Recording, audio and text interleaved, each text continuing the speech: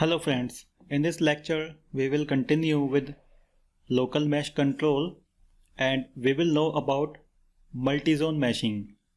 Now to understand this multi-zone meshing, I will insert the body. So I will go to import geometry and I will go to this multi-zone 1.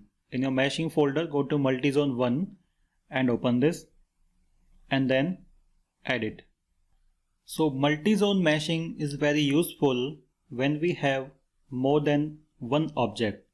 So here we can see inside this problem we have multiple bodies. So we have this body 1 and this body 2 and body 3. And these two bodies are imprinted on the opposite surfaces. Now first let's do the meshing of this. I will go to mesh and then generate the mesh. So here we can see automatic mesh has been generated. So inside this mesh we can see on the one body it has created a tetra mesh, while on the other bodies it has created a hex mesh.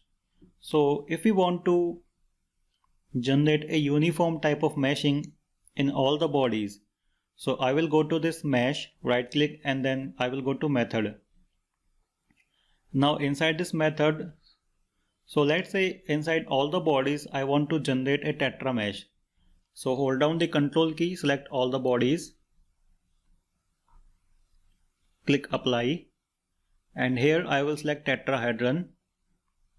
Now let's generate the mesh. Now inside this mesh we can see once again the mesh of this whole part or the circular part is not imprinted onto the other surface. It means it is not a mapped meshing. Now to generate the mapped meshing, first of all we need to select a uniform element size. So we can specify the element size here. Let's say this is, we can take any value, let's say this is 3, and then once again generate the mesh. So this time we can see our mesh is connected. We can see in all these bodies the mesh is connected from one body to another body. So in this type of problem we have one more setting that is called multi-zone meshing. So you can find the multi-zone meshing option inside this mesh, insert and method. Now inside this method, first of all select all the bodies. So let's say I select all the bodies, apply, and here I go to multi-zone. So multi-zone option is helpful whenever we have multiple features with respect to any body. Now once again let's generate the mesh. Right click and generate the mesh. Now this time, okay, first let's delete this patch confirming the first type. We don't need this. Okay, now let's update the mesh.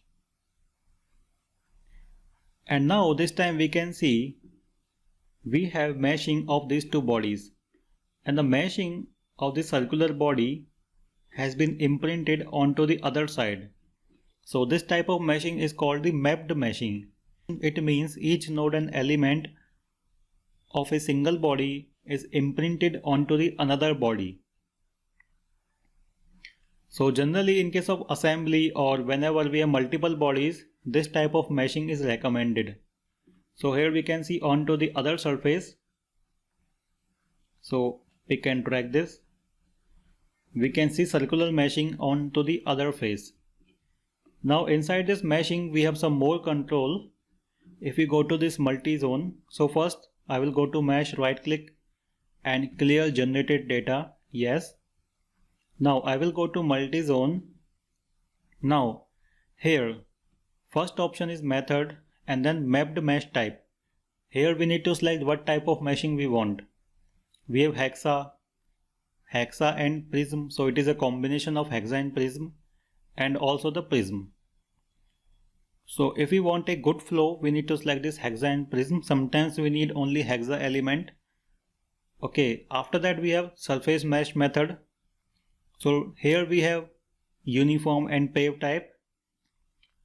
So by default let it be program controlled and then free mesh type. Now here we can see we have option that is called source target selection. So by default it is automatic, but we can also select it manually. Let's say I want to select manual. Click on manual source.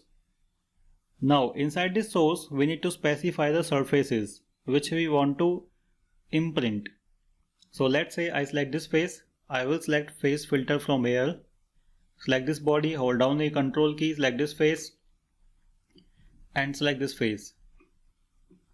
Now click apply.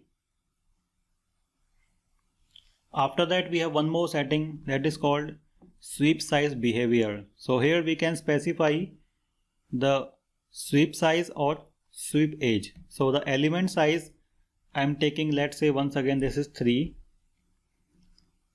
So I will go to mesh and then generate the mesh. So once again in this way we can see it has created a mapped meshing. So in this way we can create this multi-zone type of meshing.